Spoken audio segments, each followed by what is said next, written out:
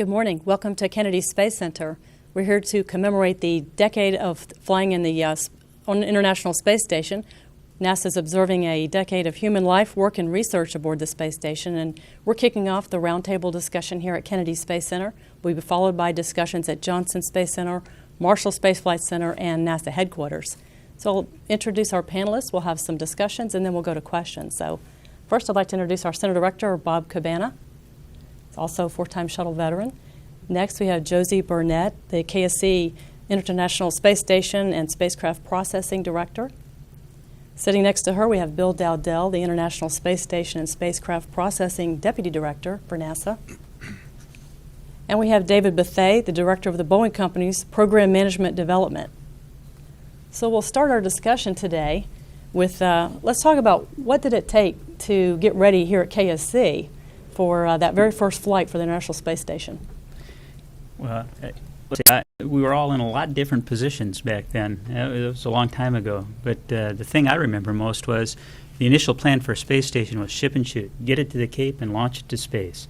And what really transpired was a lot different, and we did a lot of testing. And David, maybe you'd like to talk about how did we get going on that integrated testing that we ended up doing, the MEIT? So can I step back just a little bit and say Absolutely. a little bit about before we got to MEIT? I really appreciate the fact that one of the things that KSC did back in that day, I was in Huntsville, and we were in a factory environment. And KSC sent a group of people up to Huntsville. It included folks like Bill Parsons was one, Mark Wallish and Mark Tyrone's, others, and tried to prepare us for the environment of the launch site. We had no clue what we were coming into. Having had in a factory where it was all our equipment, we could do what we wanted, we could do when we wanted it. And they tried to tell us in advance about the level of integration between the different elements that would be required. They tried to tell us about working with multiple elements here. They tried to tell us about the level of safety, the sensitivity to that at KSC. But despite all their efforts to prepare us, it was still quite a shock. You know, it was, having been kind of isolated, to come here and then see when you get to the launch site, everything steps up. It was quite an adjustment for us, and it was a lot of fun.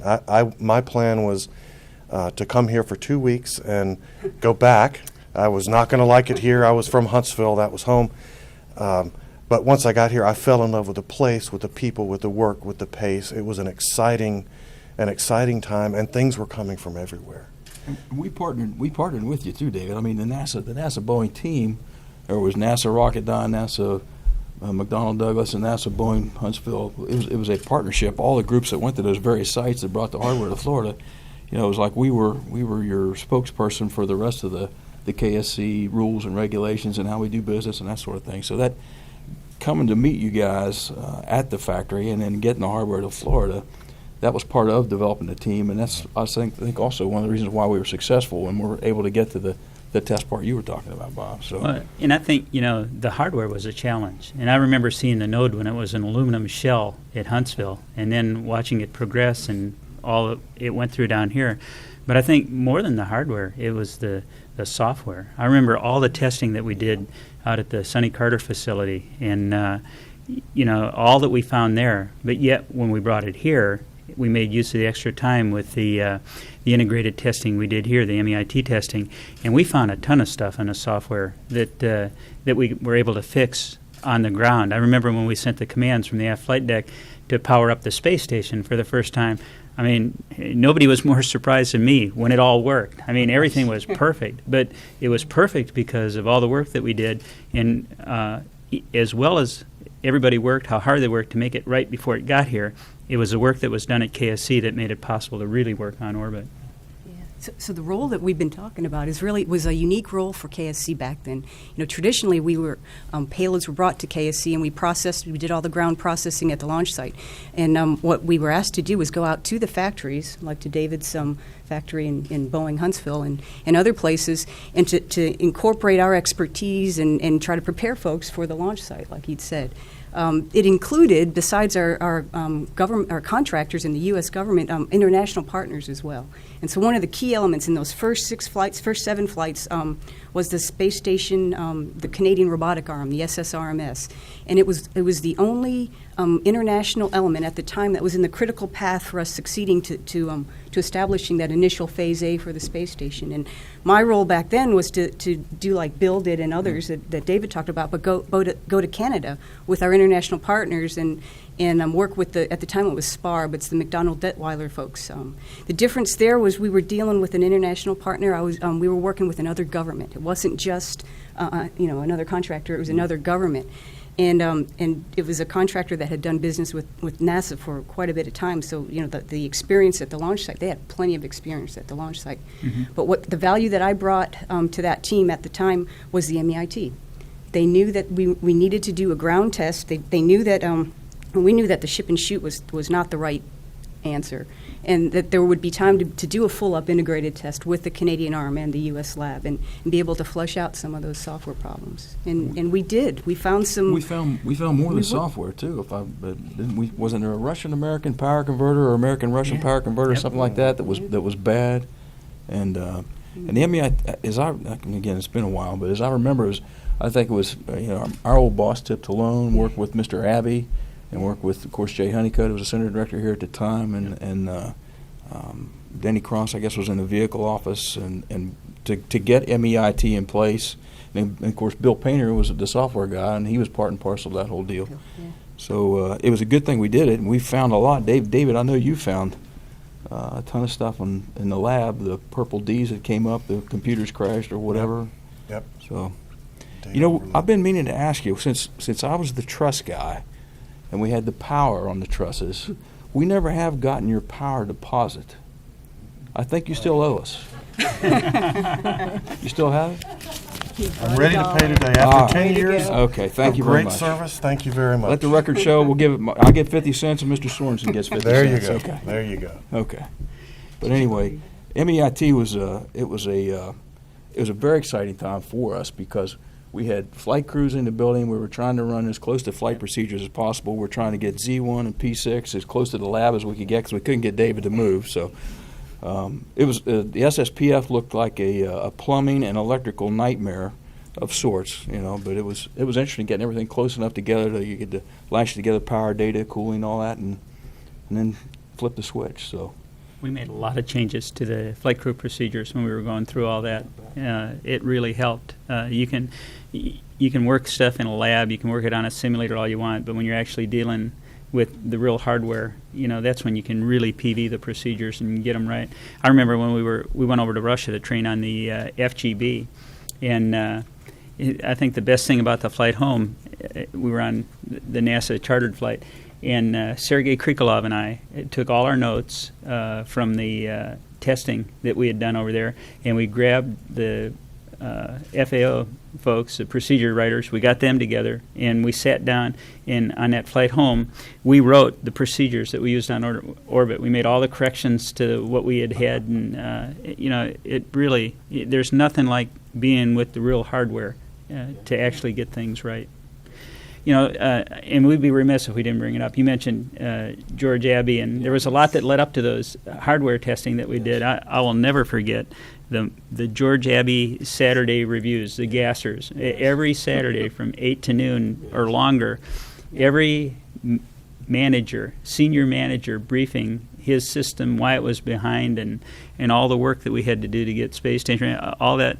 I remember the connector issues, Amphenol connectors, and all that we went through to make sure that everything was right to try and make schedule. It was 7 a.m. in Canoga Park that I had to be in Mr. Royce Mitchell's office for the 10 o'clock or 9 o'clock, whatever Central Time, with Mr. Abbey. I remember that well. So Mr. Mitchell, the vice president, was in there, and all of his senior staff, and it was and there I was. I wasn't sure why I was there, but I was there.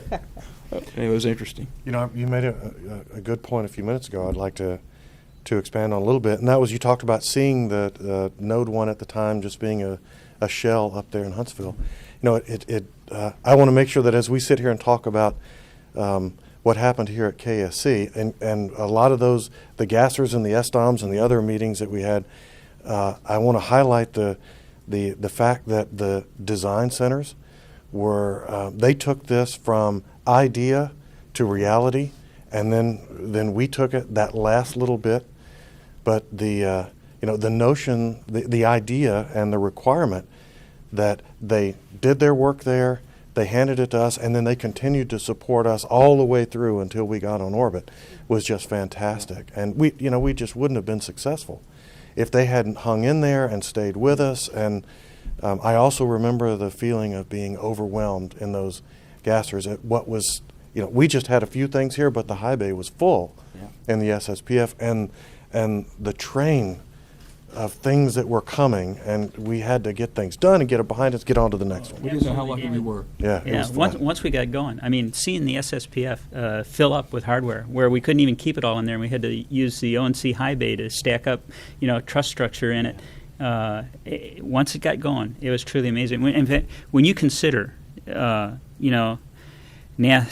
the United States, Japan, Canada, ESA and all its partners, Russia, all that hardware built from around the world, some of the international hardware being flown here and tested prior to going up, but all of it built all over the world, coming together on orbit for the first time and having everything work. The success that we have had on orbit, the wall of EVA, everybody said you're never going to be able to do all those EVAs. And look at, I was sitting at the FRR Friday, and in 5.5 minutes with computer graphics, they went through the EVAs that they're going to do, and it's like, well, I'm glad they're not complicated, But it's unbelievable when you consider all that we've accomplished and how well we've done it, and then you throw on top of it all the different cultures and what we've had to overcome. It is a phenomenal engineering and human achievement that the space station is today, and to think that we've been on orbit now with humans for 10 years.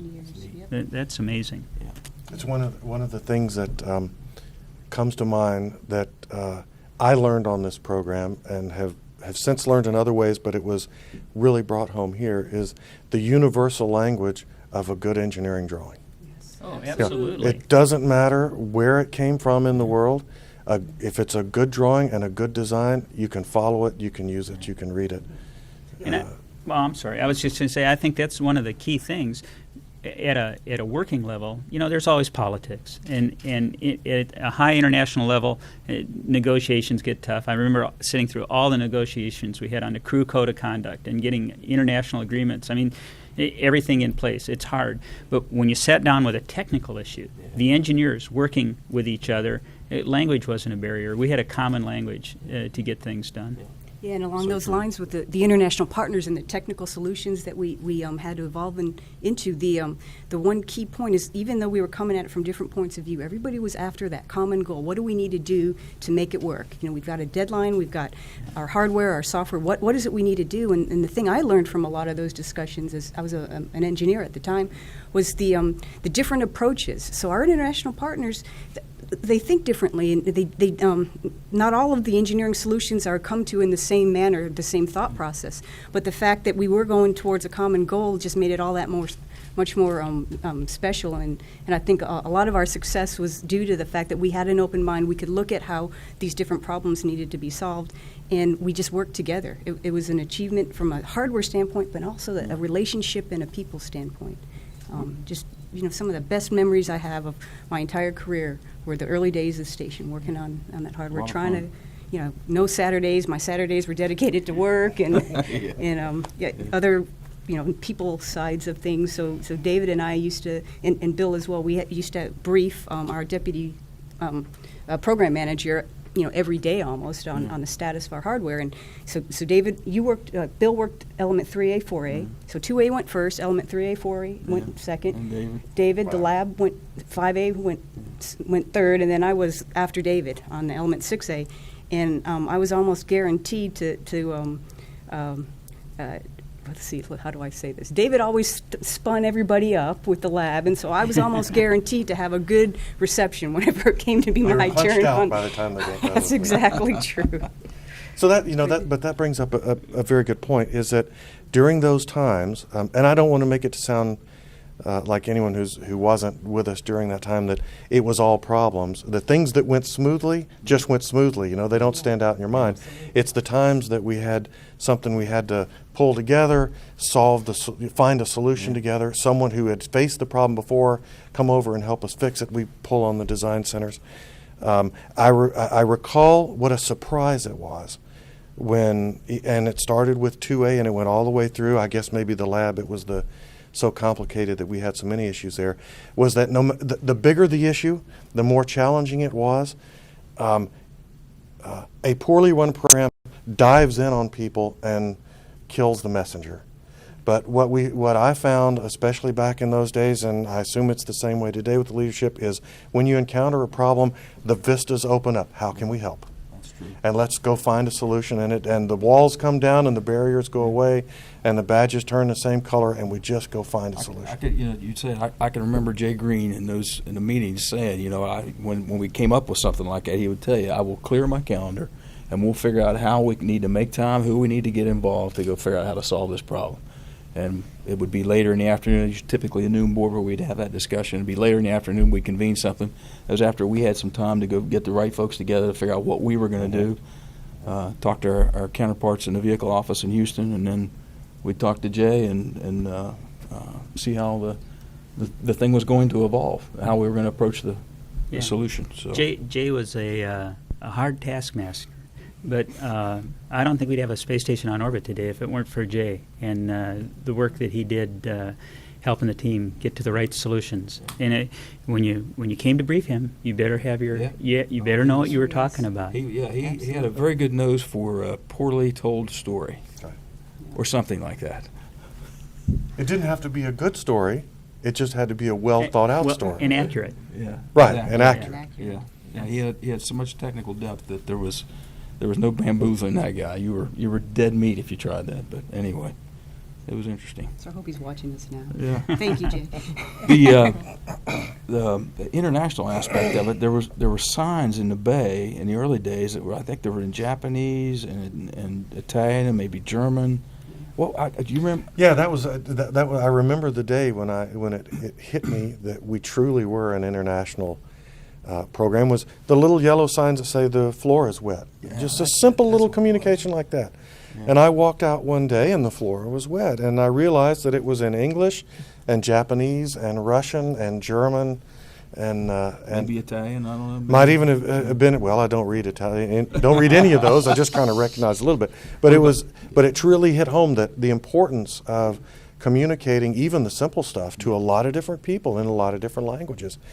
And plus, it made for a lot of fun because, as Josie had said, in those sometimes in those noon boards, an issue would come up, and the solution would simply come from a different cultural starting point. Yeah. And so, as a person worked through to a solution, several of us might be sitting there going, "What in the world are they thinking?" But as they went through their logic and came to how they arrived at it, turned out to be a perfectly good solution. It was just a different approach. Yeah, very true. Very true. Well, first crew on orbit.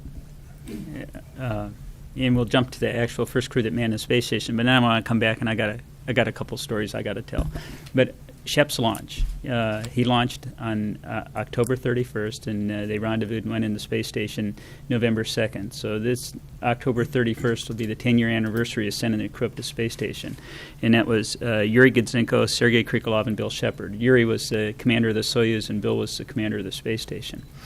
And we had a huge NASA contingent that went over to see the launch. And so we're flying on this Russian airplane from Moscow down to the Baikonur Cosmodrome in Kazakhstan. And the weather was really bad, and we kept delaying leaving Moscow. And so we finally get in and go. I mean, it's like, it's go now or we're not going to see the launch, right? So we're descending into our final approach there at the what was the Buran landing facility, Jubileni at Kazakhstan at Baikonur.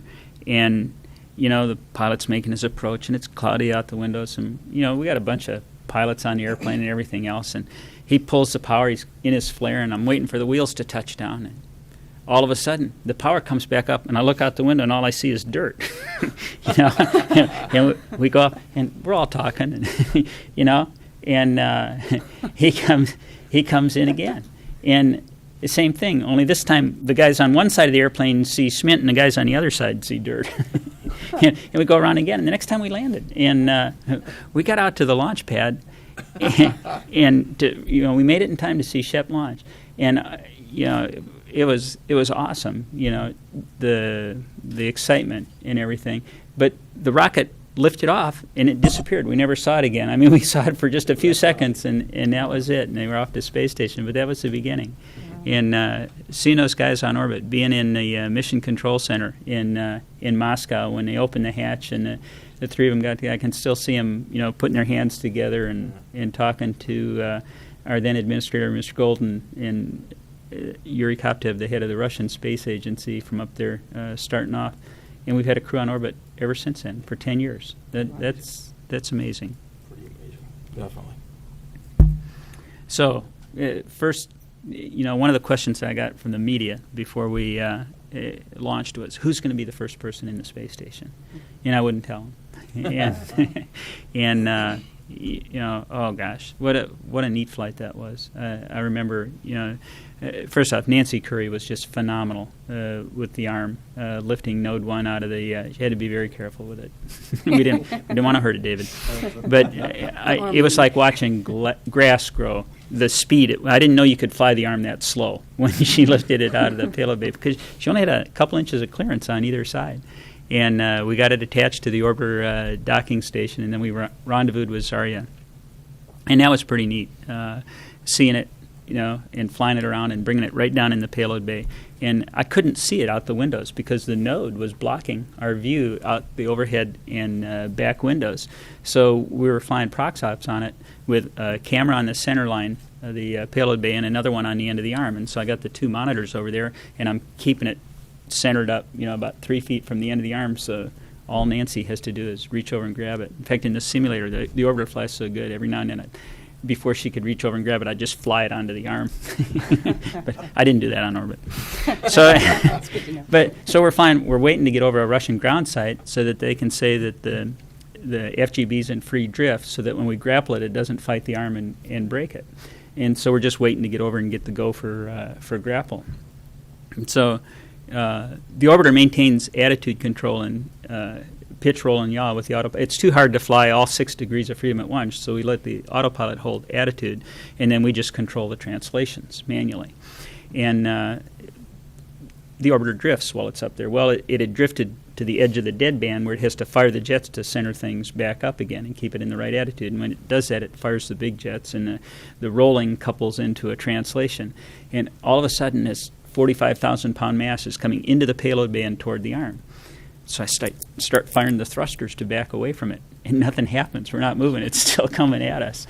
Because I was in the BDAP for very fine attitude control, and you program the digital autopilot ahead of time. So real quick, I reached over and hit the ADAP so I could get some more control power, and got it backed away again and everything. And we moved back in, got it all stable again, ready to. Jim Newman, who was he wrote the rendezvous software for the PGSC that we use RPOP for manually backing up the computers and watching the rendezvous profile and stuff. All through the rendezvous, he's giving me advice. What do you think about a couple ins? How about an up? And, okay, and I'm watching all the data and filtering all this. When this happened, he was just totally silent. Didn't say a word. So we got everything all sweetened up again. We're ready to grab it. And I said, Jim, you didn't offer me any advice during any of that. And he says, well, I know when to keep my mouth shut. but that really got our attention. So anyway, we finally got everything hooked up and did our EVAs, and it was time to go inside. And I will never forget that. That was really cool. We opened up the first hatch, and we got to the where the crew was going to go into the PMA-1 to get access to the big hatch to get inside the node. And I got Sergei Krikalev up alongside me, and we got the hatch open. I just waved my arm, and the two of us went in side by side. And it was an international space station, and we had an international crew, and I said, we're going to open this thing together. But that was cool. I know I'm talking a lot, but one more story. So we're docked with the space station. We've got it all opened up. We're inside. Everything's powered up. It's working good. And we had a ton of procedures that we had to do, pulling launch restraints and everything else, trying to get it ready for the crew to get up there when the service module got there. And we had way more than what we could accomplish. And, you want to get it all done, or more if you can, to make it easier for the next crew or to make it easier for the crew when they actually get up there.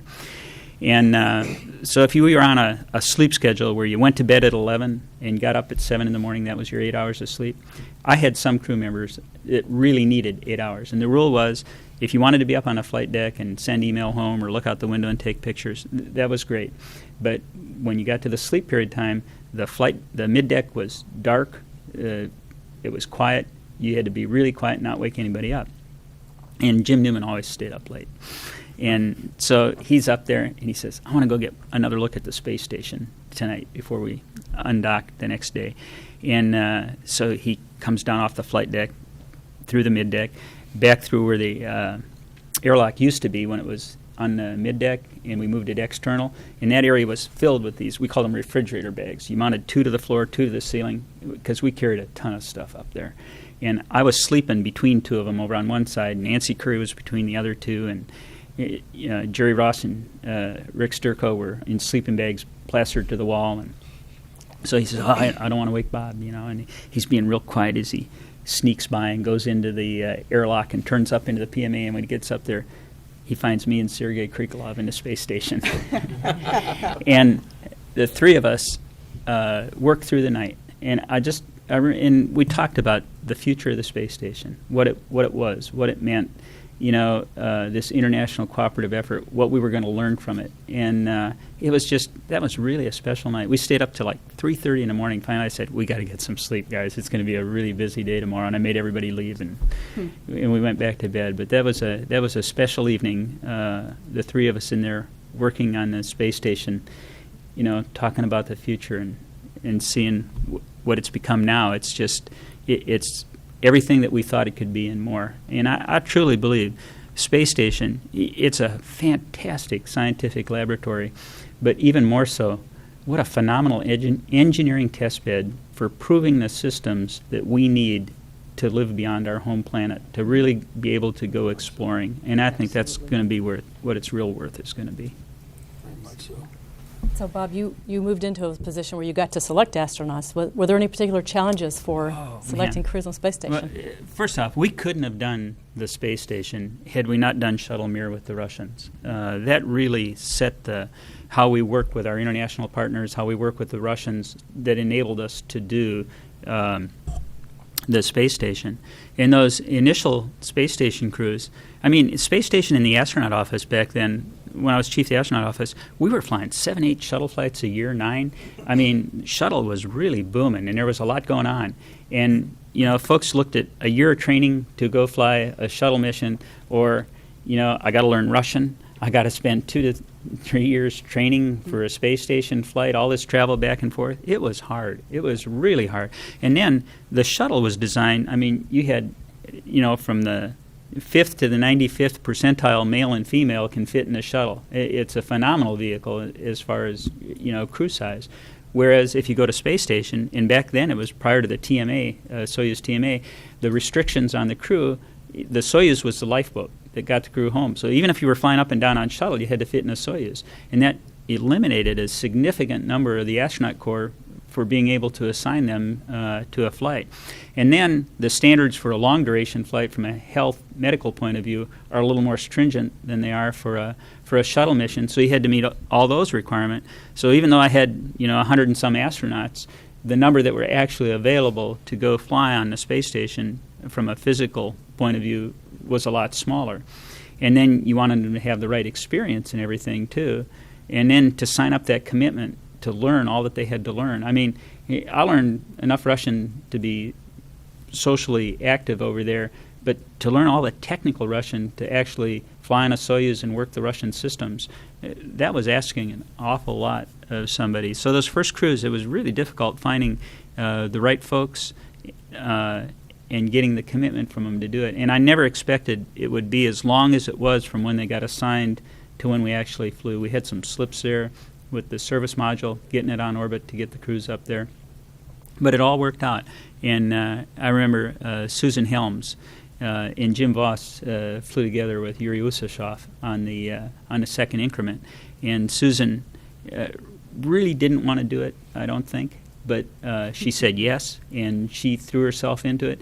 And I was, when she got back from her mission, she said, "Bob, I'm so happy that you assigned me to that flight. That was such a wonderful experience. It was so great to be on the space station and do what we did." And I think if you talk to any space station crew, I'd give anything to go have a long-duration flight. That's what it's really like to be in space. The shuttle's phenomenal, But living in space for an extended period of time, that's what it's all about. So yeah, those first space station crews, it was hard, and it's still hard. It asks an awful lot of folks, but we've gotten a lot better at how we train. We've shortened the training time.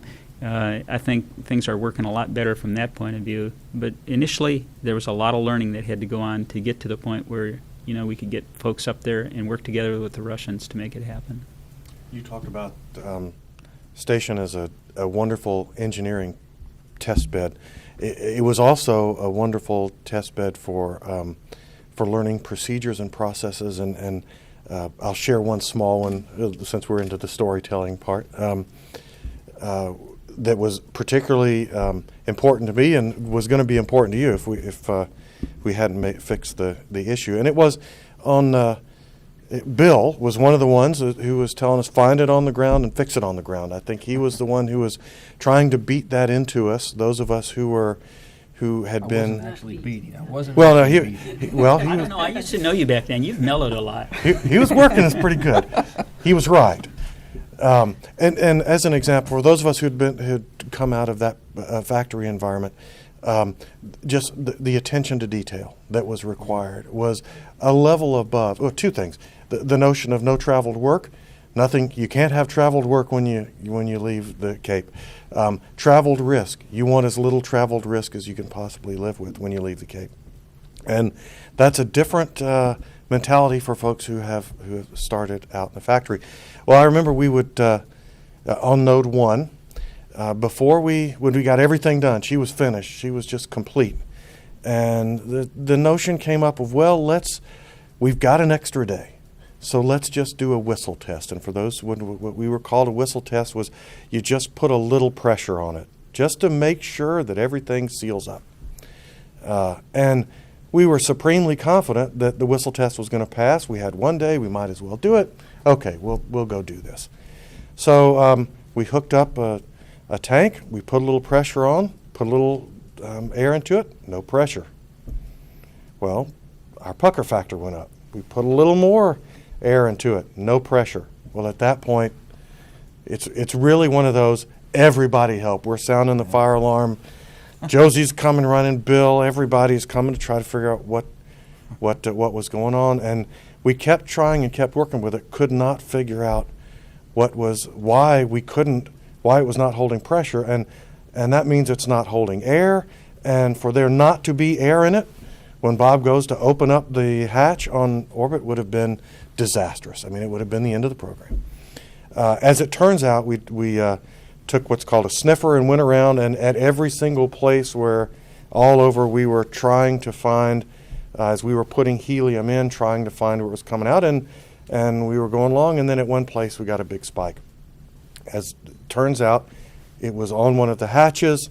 We opened up the cover for the hatches, and there was something called a manual pressure equalization valve. And it's very simple. It's on either side of a hatch, and it has a little thing. You just go like that.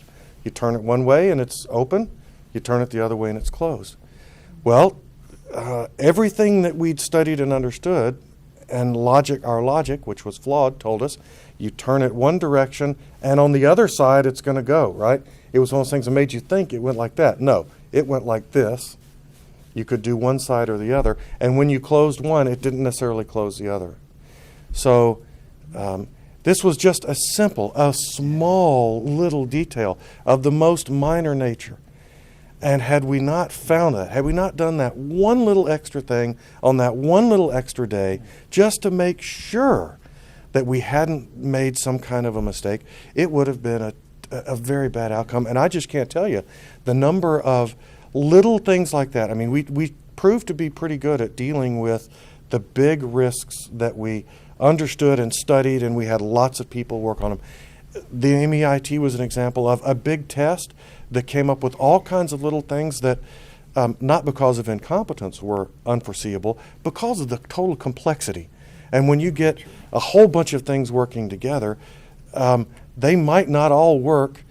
They have a personality. The hardware has its own personality, and you have to accommodate that. So that was the day that I got it. You know, my knees went weak thinking about what would have happened had we gotten on orbit and there not been air in the node. It was something that simple that we were sure we understood, and you could look at it and see that when the hatch was up, you couldn't see the inside, and when the hatch was down and covered, you couldn't see the outside. So even through all of our configuration, it was one little thing that slipped through. And it could have been that one little disastrous thing. And you guys who were native KSC folks, who had been shuttle launch NTDs or done other things that had the heritage to come to us and explain to us how a small thing can lead to a very bad result, was instrumental in everybody getting behind taking the extra time to do the extra test.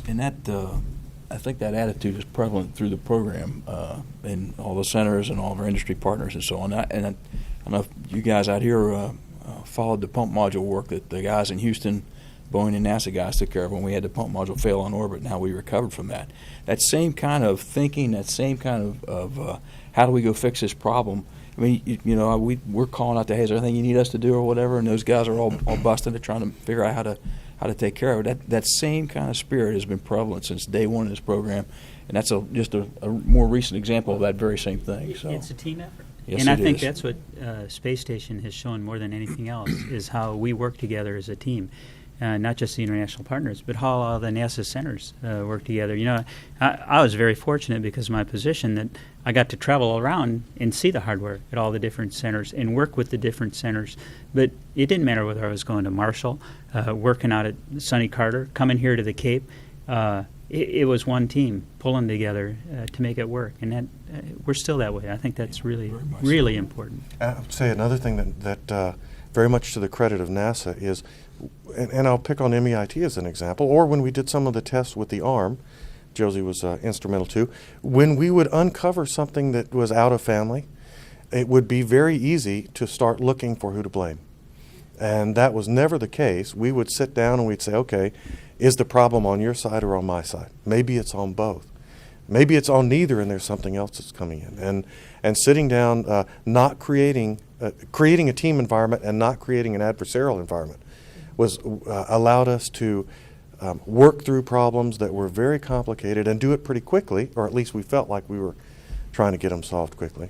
I think all of us were so passionate about what we were doing. It never occurred to anybody, whenever a problem did occur, to point fingers. It was all about what do we need to do to get it done. Who could help us answer this question? And you learn to think broadly. It wasn't just who in this general team can we go look to. It's who across the nation, who across the world can help us solve these problems. And it was really an incredible experience. If we're talking about stories. I had one Go for it. that is not as exciting as Bob's story. I was a little different than the rest of our station team in those early days, simply because of I'm working with the international partners. I would go and support the integrated tests in Canada when those big element tests would occur, and they always occurred in the middle of the winter in Toronto, right? So Florida girl, native Floridian. I go in January, February, March. It always took 3 months to do these tests, and it was wonderful. I mean, it was a lot of work. We did the 12-hour days. Great teamwork there. We'd bring in some of our other NASA and contractors would come in as well from the U.S. to support these tests. But you spend 12-hour days. You get to know the folks. They sometimes invite you home to their families, and you have dinner with them. I learned to curl. I learned how to play snooker. And I learned to appreciate French fries with cheese curd and mayonnaise. Just these unique things. Pass the ketchup, Josie. But usually, yeah, right. Towards the end of those tests, you start to burn out a little bit. And I do remember being in in the hotel room. So there's a lot of hotel time as well. And so I'm in the hotel room. I'm watching TV, and it would have been in February, I suppose, and it was the State of the Union, right? And so it was the President of the United States talking to our nation about the State of the Union, and they pan into the audience, and sitting next to the First Lady was Bob Cabana in his blue suit, and so maybe that was the moment for me, David, when I realized, wow, what I'm doing something that's larger than anything I've ever done before. This is really important. Building this station is it's a grand thing. It's comparable to building the pyramids. And I think at that moment in the hotel room, I really, really appreciated the little role that I was given in building this enormous accomplishment. And just to see Bob in the blue suit sitting next to the First Lady was just made my whole month. I'm glad I made your day, Josie. It was kind of fun wearing my flight jacket and sitting there. The people that sit next to the First Lady are supposed to be folks that have, there's key messages within the State of the Union address, and they were going to, it was actually written in there to talk about that was the year we flew the first space station assembly mission and stuff. Right. And the speech got rewritten a little bit. It still talked about NASA in the future and stuff, but the primary emphasis then was John Glenn flying. He flew the flight before, if you remember, the node going into space, and got a lot of attention, rightfully so. Good man. Talking about the space station and what made it successful, Randy Brinkley was the program manager when we launched the FGB and Node 1, and he really pushed to get them up there. We had some delays before we got the service module up there and could actually get a crew on board. But Tommy Holloway, following Randy, did a truly outstanding job pulling together what was a program that had a lot of budget problems, getting a surplus built back up, keeping things on track, bringing technical solutions and ops experience to bear from his shuttle experience and MOD experience to make it successful. I remember after I flew my mission, I was with George Abbey was the center director at JSC at the time, and the commander gets some time with the director to talk about the mission and stuff, and it was a phenomenal flight from start to finish. It was perfect, and I was telling George, and he was telling me what a great job we did and everything, and I said, George, I don't know how I can top that flight. And he said, well, I don't know why you'd want to try. and I said, that's it. I'm going to be wearing a tie from now on. And he asked me to go down and work in the space station program about a year after that. And I went to work for Tommy. And Tommy was just an outstanding program manager. I learned an awful lot from him as his manager for international operations, and we were still doing a lot of negotiations even back then on with our international partners, getting to where we needed to be. And Tommy had it right, though. You know how space shuttle launches go? There's always a delay for weather or something or some technical problem. Tommy would go to all the FRRs because he knew that was a finite period of time that he'd be down here and all the real technical stuff would get discussed. Mm-hmm.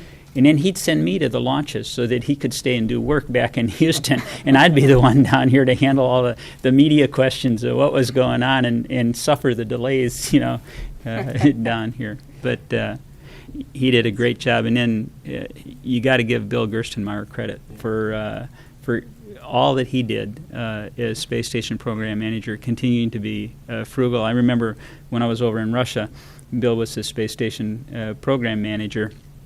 And he was trying to.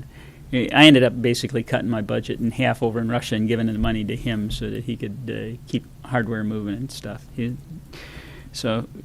of course, now that I mentioned Bill, you got to mention Seth. And, we've had a great team leading the space station. Absolutely. And, you look at. I used to get to talk to Bob in the morning when he was the deputy program manager, and Mr. Gerstenmaier came along. And Mike was in the vehicle office at the time, and I did a lot of conversations with him. So I count myself lucky getting to call you guys up and talk about what was going on in Florida. That was a fun part of the job, being able to interface with you guys. And also, you guys are all hardware junkies, so that made it even easier. That That was a neat thing. So I miss that. I think, it's great being at the level we're at now, but I still miss getting into the technical discussions. And I don't have my BlackBerry on me, so it doesn't buzz, but I still get notes from the MER on what's going on with Space Station, even though I'm over here, just so I can keep track. That's one of the things that I always found intriguing is at all level. I mean, the leaders that you were talking about there, and all the broad skills that are necessary. But no matter what problem we encountered, you could never tell who was going to walk through the door with a solution, or where they were going to come from, or what their background was going to be. Some of the most surprising people had a depth of knowledge of how to go practically solve some really complicated problem that was just fantastic. And they were all always willing to do it, always enthusiastic about jumping in. And that really, we didn't have the skills here to solve a lot of the problems. It required that somebody from outside come in and help us.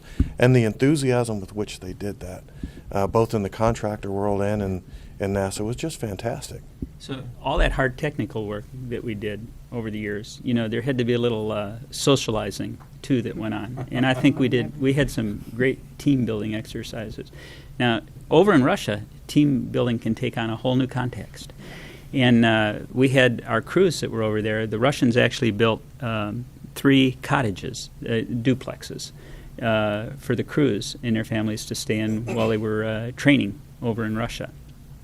And Shep being the first crew, there were 2 things that in its cottage number 3 he had to have. First off, you had to have a gym. Shep was a weightlifter. So in the basement of cottage 3, there's a gym with a lot of free weights and other stuff. And then Shep built Shep's Bar in the other side.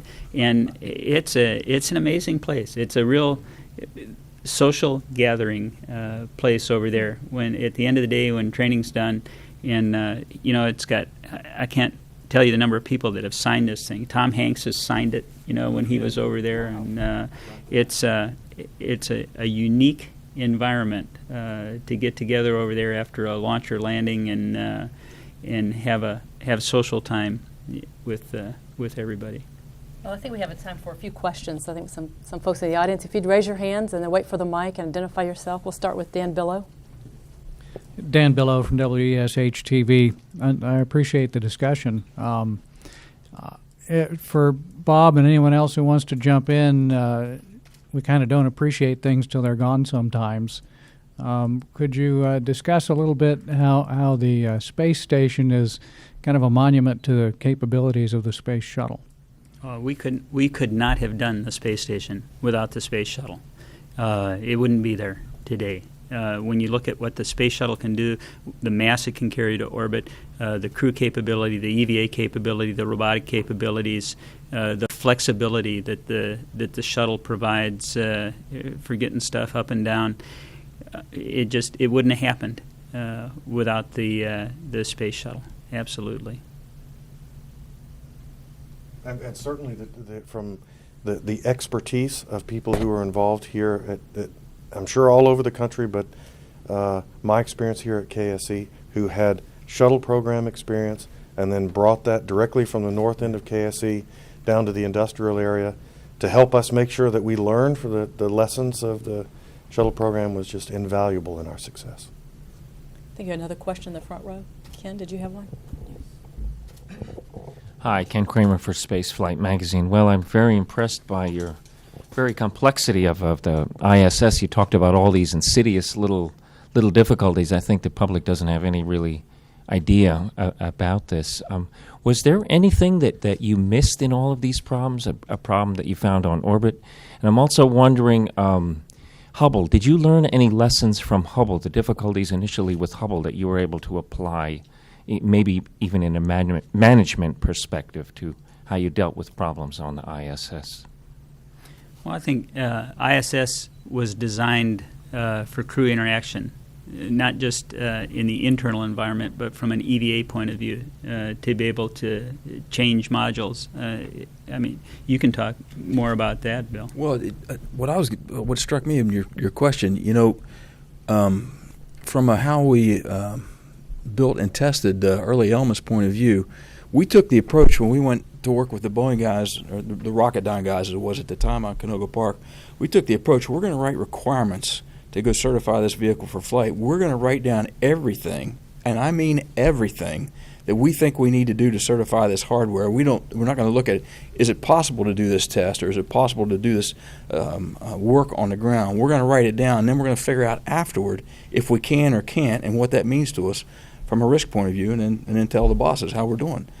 And so with that kind of approach, I think we precluded not finding things that would have been a showstopper, or that the problems that you encountered on orbit were of a nature that were fixable.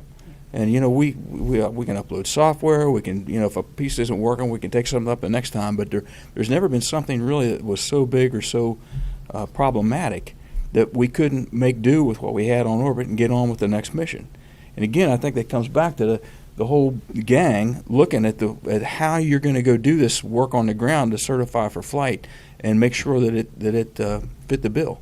And I would tell you we were successful. We did a good job of that. But we did find stuff. I mean, every mission, I think there's been some little thing that's popped up. On my flight, one of those hatches on the space station are very complex, the large ones. And we had a hatch. It wouldn't open all the way. And as a result of that, we studied it, came back, and we had to readjust how we do the hatches. Yeah, we've done some mods to the hatches. We've done the MPLMs are going up. They got those mods. The Node 2 got the mod. Node 3 got the mod. So, we've learned and kept right on doing. So, it like the covers on the cupola. One of them not being able to be installed right away because of the little different, So, I mean, there's been stuff like that. But if we haven't been able to fix it, most of the times we get it fixed while the shuttle is up there during that mission. Sometimes we've got to study a little bit more and send up something else on the next flight. But, overall, there hasn't been any showstoppers. There's been nothing critical that has not been caught on the ground. And you again, going back to the pump module thing that we dealt with not too long ago on orbit, you look at that. I mean, that is a testament to what we're capable of doing. And you just, again, being a bystander for that, but I'm just still amazed at that work as well. So the combination of that flight ops team in Houston, the ground ops team around the rest of the agency, I think we did a heck of a job fleshing all that stuff out so we didn't have a showstopper. And that was done without the shuttle being up there. That was all ISS crew, pre-planned with hardware spares stowed on orbit, ready to get the job done. Pretty amazing.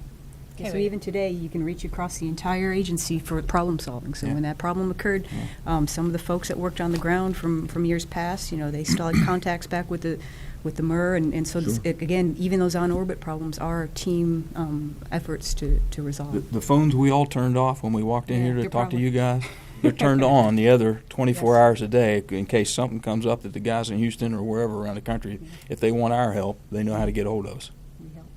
And we're glad to provide it. Steve Gelbach, Fox Orlando. Bob, you'd said the real worth was in learning how to live on in orbit. Is the mission now going to change a little bit after the shuttle retires in the next 10 years of doing more science? What's going to change now with shuttle retirement in the last 10 years of the space station? Absolutely, we're going to do more science. I mean, it is a phenomenal science lab, a national asset. And, we've finally gotten to the point where we've completed it. We've got a crew of 6 on board. They're already doing outstanding science up there and learning a lot. So, yes, it's going to be a phenomenal science test bed. Me being an engineer and not a scientist, I look at what can we learn. We're going exploring. We're going to leave our home planet. We're going to, have commercial operations to low Earth orbit, but we're going to build something that allows us to leave Earth. Well, what do we need for that? We've got a lot of systems that we have to prove. If you look at the oxygen generation system on the space station, the carbon dioxide removal system, we are constantly tweaking and repairing them up there. We have to have totally reliable systems when we leave our home planet for an extended period of time. And we're not going to be able to carry all the spare parts along with us or have all the, the resupply as we're going to a new destination. It's got to work when we go. And we're learning that on space station. We're figuring that out. I think that's really important to me. Hi, folks. Greg Pallone, News 13. Appreciate the briefing today.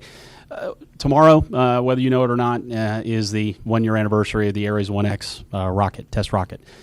Curious to know from each of you or whoever would like to jump in, the thoughts of what has become the International Space Station, what still will become the International Space Station over the next several years, and also the unwritten chapters that are to be the next step, which we do not know now that Constellation has kind of been put on hold. Your thoughts? I think it's very clear through the Authorization Act that's been put into law.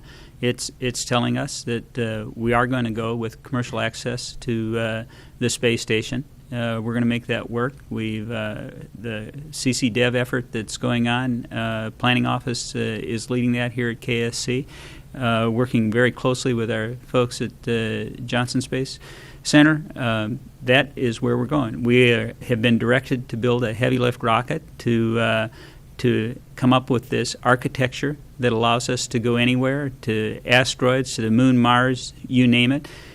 We have a future, and I think it's very clear we're going to make that happen. Any other questions? I think we. I know I read ESA was talking about using the space station in the future in the next 10 years as a kind of a platform to launch from for even further Earth or further space exploration, longer term, the moon, Mars. Is there any discussion about that, using it just beyond the orbit, but as a platform for further human exploration? I haven't had those discussions. I haven't directly, but it's not a leap of faith to envision the International Space Station as a platform to do future exploration. It's in a position on orbit where international partners can reach, and so it's kind of a logical orbit to be able to involve international partners. But a lot of that, again, I haven't been involved in any direct conversations. But the capability is there, and it's an orbiting laboratory, but it's also a platform for future exploration. Yeah, I think that's another key thing that the space station has given us. When you look at the international model and how we work together and what we've accomplished up there, it really has set the standard for when we leave our home planet, how we press forward with international cooperation and make it work. Because exploration in space, it's very expensive. It's difficult. It's hard. It's challenging. I was talking out at the pad today, looking at the vehicle. I went out there this morning and did a FOD walk down with the crew at sunrise. And you look at that orbiter and what it takes to process it and get it ready. And the general public doesn't appreciate that. They see a rocket take off and they think, wow, that's really neat. They see the space station on orbit and the crews flying through it and all that stuff. And they don't realize the effort that we go through on the ground to make it successful. To keep humans alive and safe up there in that harsh environment of space. It's a vacuum. It's really cold in the shade and it's really hot in the sun, and there's no air to breathe. And it's easy to put a satellite up there, but to put a human up there and keep them alive and safe and bring them home safely, it's a lot of hard work.